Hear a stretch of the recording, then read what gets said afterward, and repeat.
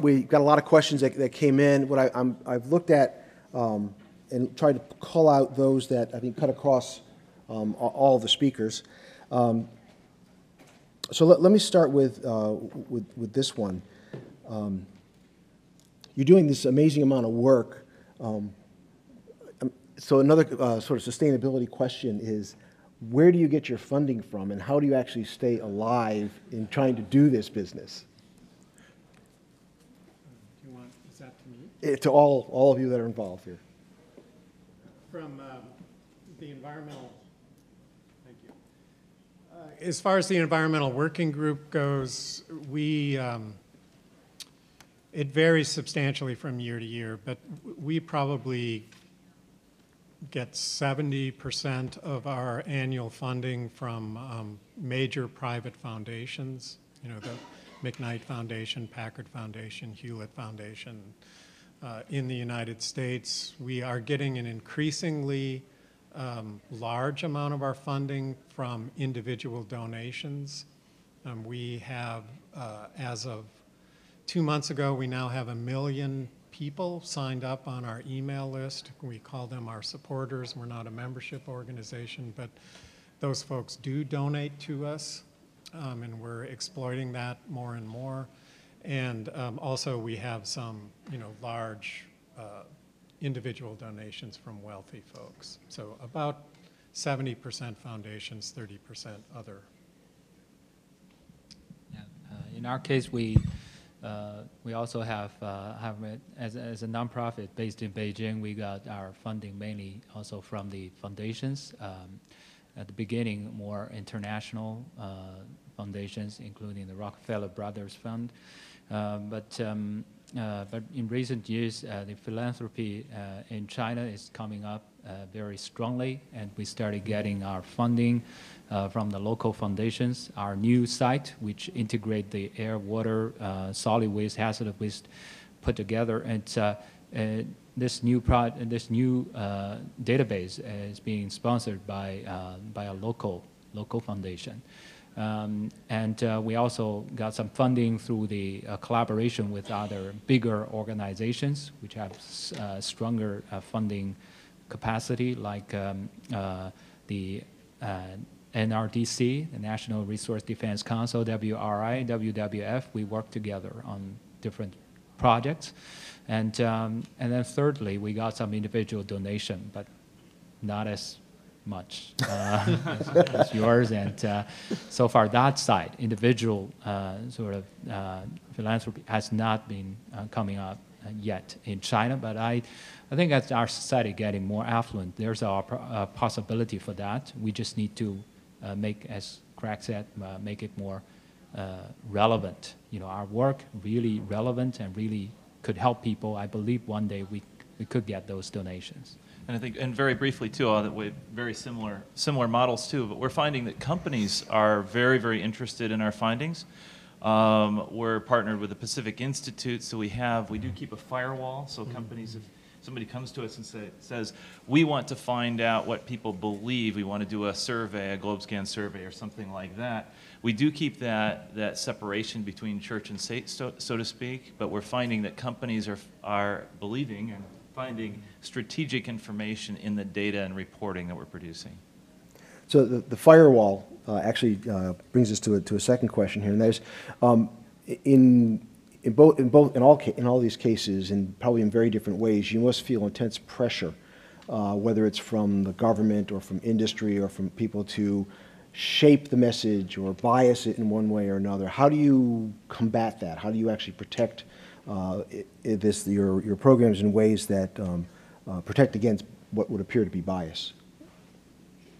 We find that we can't make everybody happy or anybody equally happy. So what we try to do is show the value of our reporting, and we do keep that church and state mode. Some funders find that off-putting, and if they don't agree to our ethics, we have an ethics statement on our site that they have to agree to. If they don't agree to that, then we turn them down. We won't take their money. Yeah, in our case, we study of course, at the beginning, as I said, we study the legal and all this laws and policies and find those legal bases for the beginning of our work. And I have to say, at the beginning, we made a very big compromise by deciding that we would use government-sourced data only in our database, separate them from our own research, and when we look back, and that situation and that decision probably fit our national condition. You know, when all these big companies on our list coming to us, and when sometimes they mobilize the local government officials coming to pressure us to remove this records and that records, and that, you know, and when at least at the end of the day, we have the data coming from the government, and all have already been publicly available this way or that way. And I think secondly, it's also important for us to have the, you know, we expose all these problems, but in the meantime, we really have our respect to the companies. We don't try to undermine, to destroy anyone. Our goal is to, you know, we respect them for their contribution to our society, but in the meantime, we want them to really stick to the rules. So at the end of the day, I think these companies realize that what we want them to do is to make disclosure and then change their pollution problem. So in most cases, at the end of the day, you know, we sit together and try to, you know, based on this data that we commonly recognize, and try to find solutions. And then thirdly, we try to work with other stakeholders. That's also very important. I think we face all of the, or we do everything my colleagues have mentioned. I'll just mention two other things that may be a bit unique to us. One is, you know, EWG is obviously an advocacy organization, so we go in we tend to enter into this information world with a point of view, you know, or with objectives. So one of the big challenges for us is, and we have processes internal to enforce this, is when we acquire data and begin to analyze it, we try to scrub our heads of our own ideology and make sure that whatever data analysis we're doing, we just follow the data.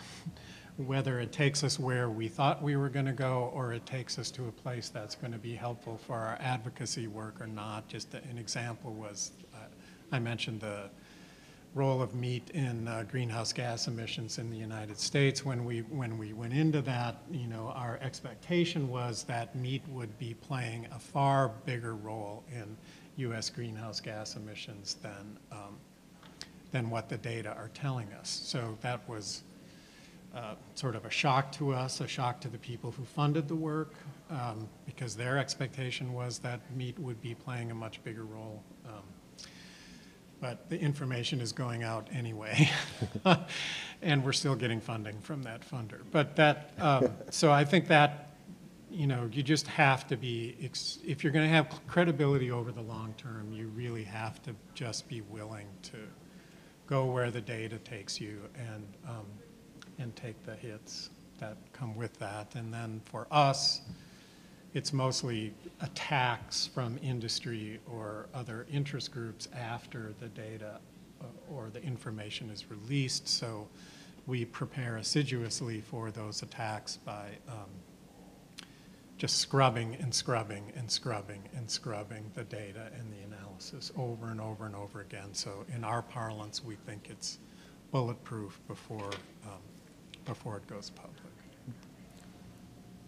Mark's not here. Oh, there you go. One more question?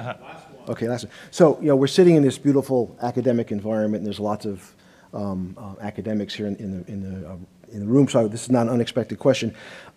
Most of what you were talking about, most of what you're presenting are these really important, valuable monitoring data sets. How do you use, or what value do you place on the fundamental basic research done at universities in the work that you do?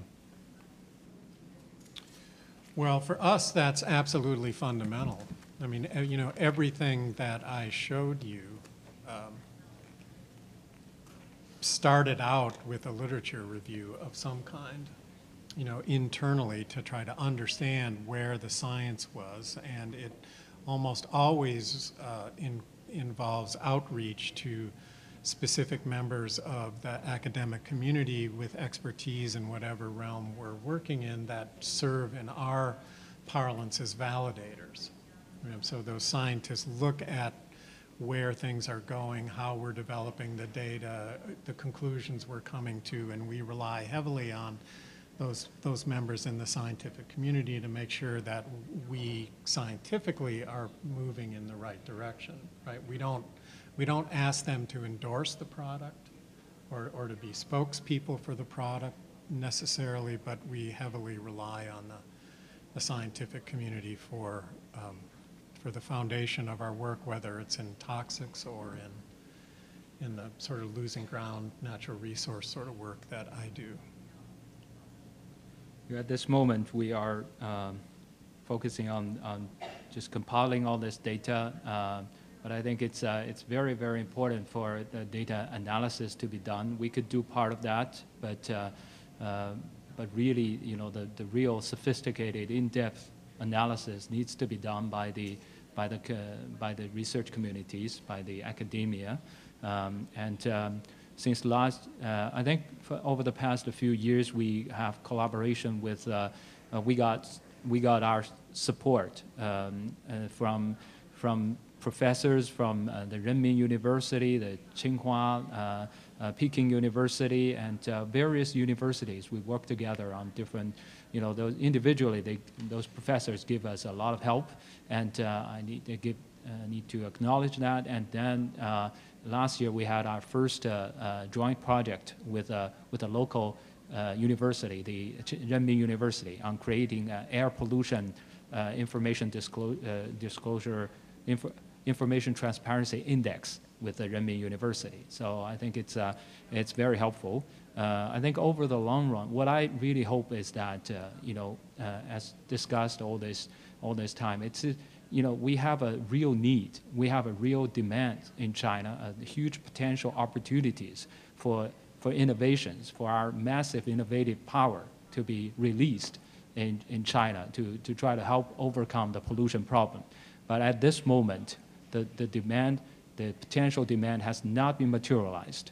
You know, there's the lack of enforcement, the lack of court involvement in this. I think there's a lack of motivation on that. What we try to do is to work with all our NGO partners to generate those motivation. So at the end of the day, our, you know, help to direct this massive, you know, potential innovative power in China into, you know, this I think one of our most important type of research to be done in China. Thank you.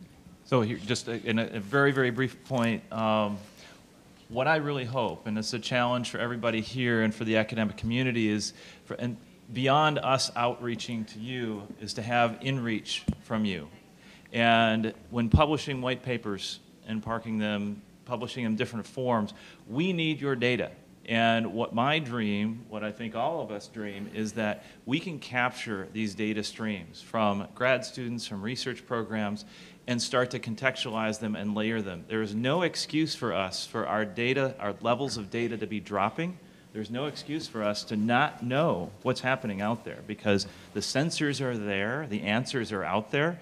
We need to hear from you. Organizations like ours and organizations around the world can contextualize it, find new ways to share it, and look at it, because we will find the answers there, we'll find the transparency, we'll find the motivation, we will drive the behavior change. But we're entering into this era of mass data flow.